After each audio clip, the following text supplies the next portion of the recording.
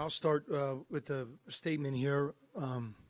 Obviously, just an amazing game here on Saturday afternoon. Big East game, very hard playing.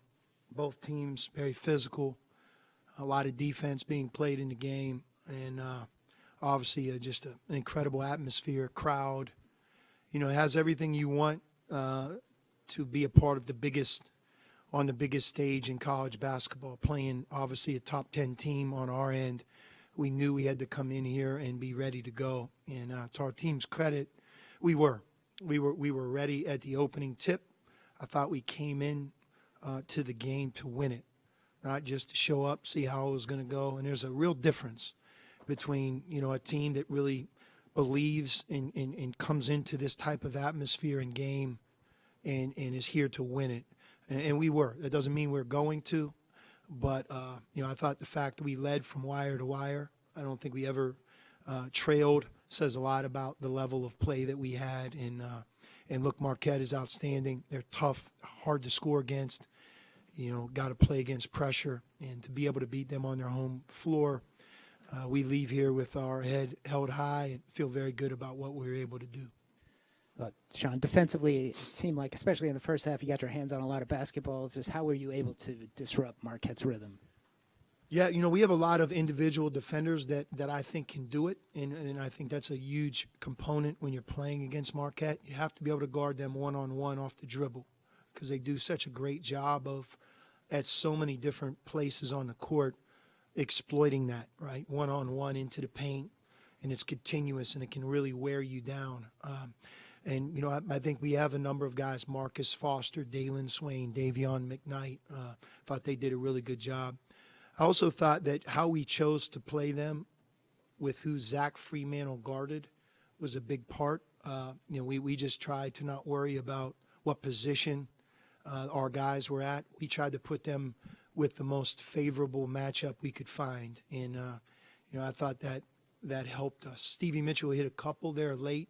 But for the most part, that part of guarding them helped us.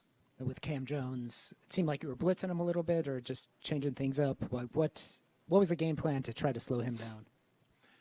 He's not easy. I'm going to tell you that nobody has hurt us more than Cam has. He late last year when Tyler Kolek was not playing, I think he came in the Cintas in a one-possession game.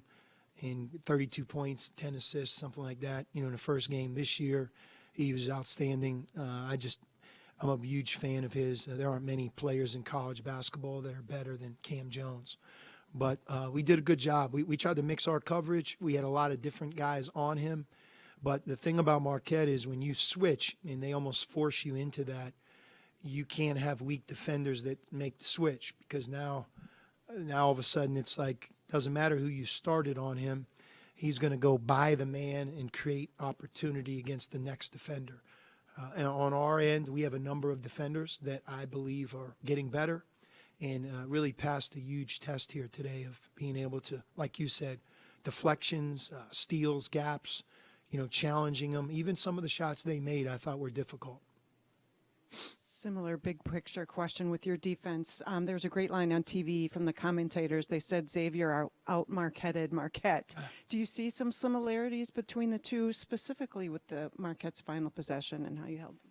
I'll take that comment as a great compliment. I mean, we think Marquette is, one of the hardest playing teams in the country, not just our league.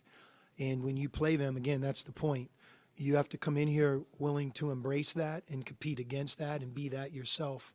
If they have the advantage in that area, that's really what they hang their hat on. So if nothing else, playing with 11 turnovers, being able to get deflections and stops ourselves, we played with a lot of togetherness and a lot of toughness and force on the defensive end.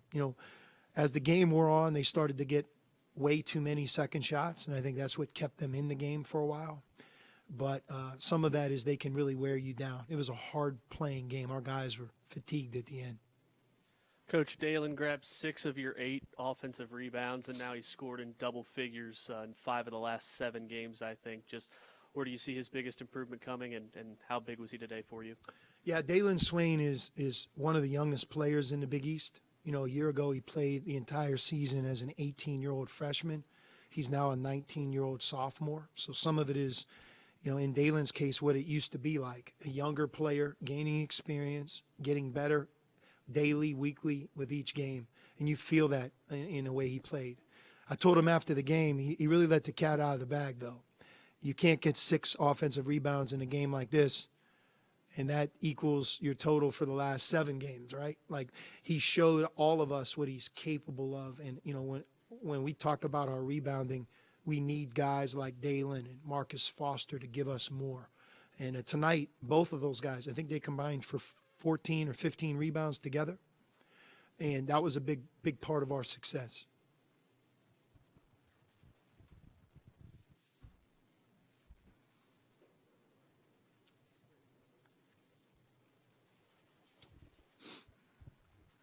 I don't think Zach was able to play the first time y'all faced Mark. Just what kind of a difference has he made since his return?